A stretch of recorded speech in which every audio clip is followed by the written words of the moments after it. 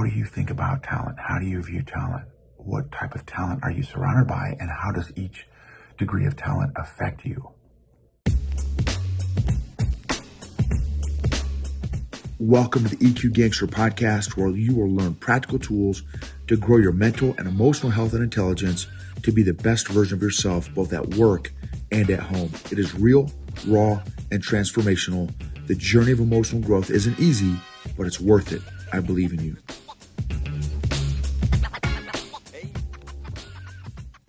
EQ Gangsters, what is up? Okay, so for those of y'all that are on YouTube, you can see that I'm in a hotel room. I am working with a client from Arrowhead Leadership Consulting prior to me starting my full-time job a couple months ago. So, my CEO now from my full-time job, I told him this upon, getting hired. I just let him know, hey, look, just so you know, I've got this client engagement from a year ago that I need to fulfill.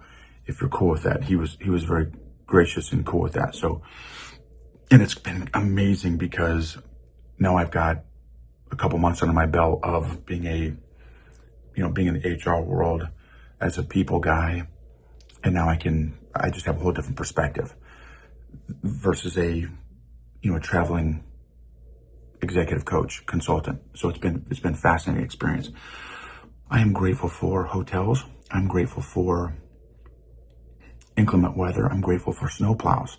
There were 14 inches that got dumped in 24 hours in Connecticut when I was staying with my buddy Eric, the CEO of Arrowhead Leadership Consulting.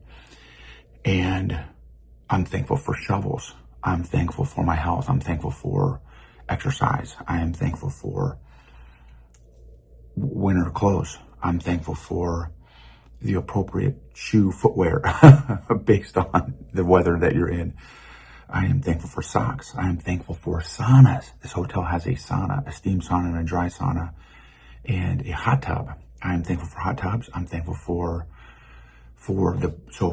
in between. So I'd go into the hot tub, and then I'd go out and I'd roll around in the snow, and then I'd come back in and I'd go into the steam sauna, go back out, roll around in the snow, come back in, jump in the sauna. I mean, in the hot tubs. It was really cool. No pun intended. I am thankful for glasses. I'm thankful for contacts. I'm thankful for technology. I am thankful for my homies. I'm thankful for my support group. I am thankful for God and His Word. I am thankful for perspective. I'm thankful for other people's perspectives. I'm thankful for learning the gift of emotional awareness and emotional regulation. Just so grateful. And I'm still learning, very much still learning.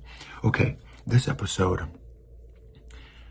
how do you view talent? How do you think about talent? Being in the role as an HR guy in a company, and then also as an executive coach, talent is a huge, huge deal for organizations. I won't say directly that so goes the talent, so goes the company, because it's a lot more complicated than that. Talent absolutely plays a role. You can't win the Super Bowl with high school football players, period. I don't care how good your culture is. I don't care how good your head coach is. Tom Brady could be the quarterback, and Bill Belichick, I think those are the two guys. Tom Brady's the quarterback. Yeah, Bill Belichick he was the head coach. Obviously, they're not doing that anymore, but so if Bill Belichick was the head coach, he used to be the head coach for the New England Patriots. Tom Brady used to be the quarterback for the New England Patriots, and I think they're like the most winning quarterback head coach team in history or something like that. They're up there. If that was a scenario, Tom Brady was the quarterback, Bill Belichick was head coach, and you brought in a bunch of high school football players to play on Tom Brady's team that Bill Belichick is coaching, they would not win the Super Bowl. So you have to have talent in addition to the superstars, the amazing head coaching, amazing world-class coaching, world-class quarterback. Those two have to be surrounded by talent. And again, you can also lose with the best talent if you don't have the right head coach also. And there's tons of different stories and examples and teams of that too. So I'm just talking about talent. How do you view talent? How do you think about talent? How does talent play a role in your world? Are you surrounded by A players, B players, or C players? And it's been fascinating. And I'm not talking about value of human beings, right? Because we all have value. So we're all, I believe we all have equal value in terms of as a human being. I got it. I'm just talking about in terms of in an organization, the amount of deliverables or output or return on investment of a particular individual. So I'm not talking value, I'm talking contribution to the organization. And contribution matters. In an organization that's a business that has certain goals, metrics, KPIs, key performance indicators, contribution matters. What is the quality of the players on your team? And how is that affecting your goals? Are you trying to win the Super Bowl with high school football players? Or do you have NFL athletes but poor coaching? As the offensive coach is a poor offensive coach, the defensive coach is a poor defensive coach, the special teams coach is a poor special teams coach, right? Like, because the NFL has a zillion, they probably have 10 or 15 different coaches that fall underneath the head coach. And so how do you think about talent? How do you view talent? What type of talent are you surrounded by? And how does each degree of talent affect you? Really fascinating story. My first getting hit in the face with talent was when I went to college. So I was in I think in my high school class, my first high school class, had 26 kids in the whole class. And then I moved to a bigger school, and there's I think over 1,000 kids in my high school. And I think my graduating class may have had 300 or 400 kids in my high school class that I graduated with. And I think I was top 10 in my high school class. And I worked my butt off. I was one of those kids that had to study 4 hours a night just to work on getting straight A's in high school. I don't have the natural genius IQ. Like, I had to work my butt off. And so super grateful, super humbling to get, I think I got top 10. maybe it was top 12 or 15. I have no idea. Anyway, it was fairly up there. And then I go to West Point, United States Military Academy. So for those of y'all who are not familiar, it's a military school in New York. And just Google or YouTube West Point, and you'll get some perspective.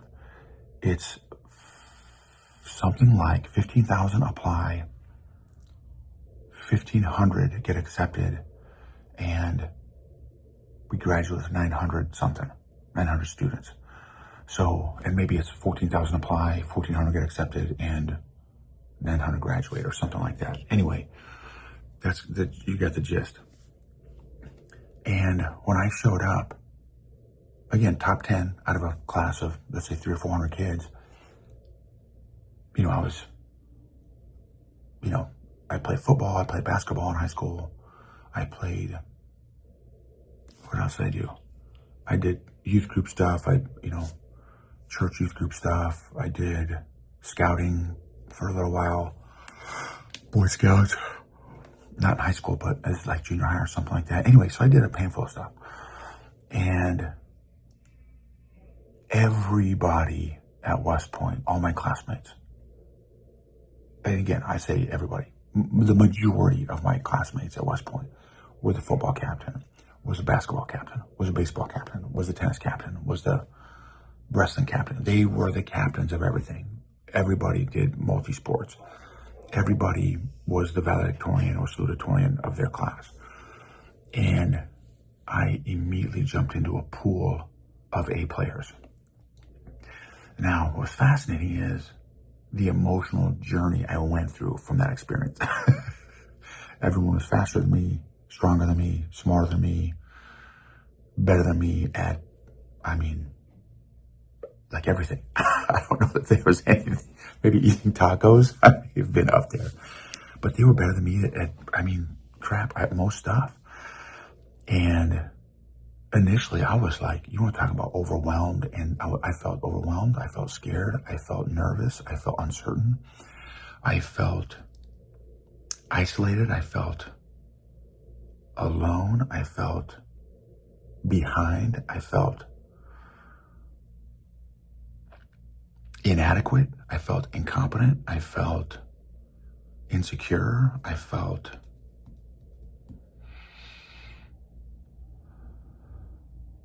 challenged. I felt dumb. I felt stupid. I felt unintelligent. I felt weak. So my first throat punch was I felt all these different emotions, not positively, not comfortable emotions, and then shortly followed by emotions of, I am not going to be the weak link in this freaking school. I'm going to bust my butt. I'm going to be the best version of who I can possibly be. I know I'll never be the best at anything in this school. Nothing. It's hard to explain the amount of talent. I mean, it was A players and A plus players and B. And a B player that somehow snuck in. I'm not sure how I snuck in under the radar. God's grace. So my first wave of emotions were all these unpleasant, uncomfortable emotions. And then I got slammed with, oh, no. Okay, all right. My work ethic got me through high school. My work ethic is going to get me through this freaking school. And again, expectation management. I didn't have an expectation that I was going to be the greatest at anything, because there's no way.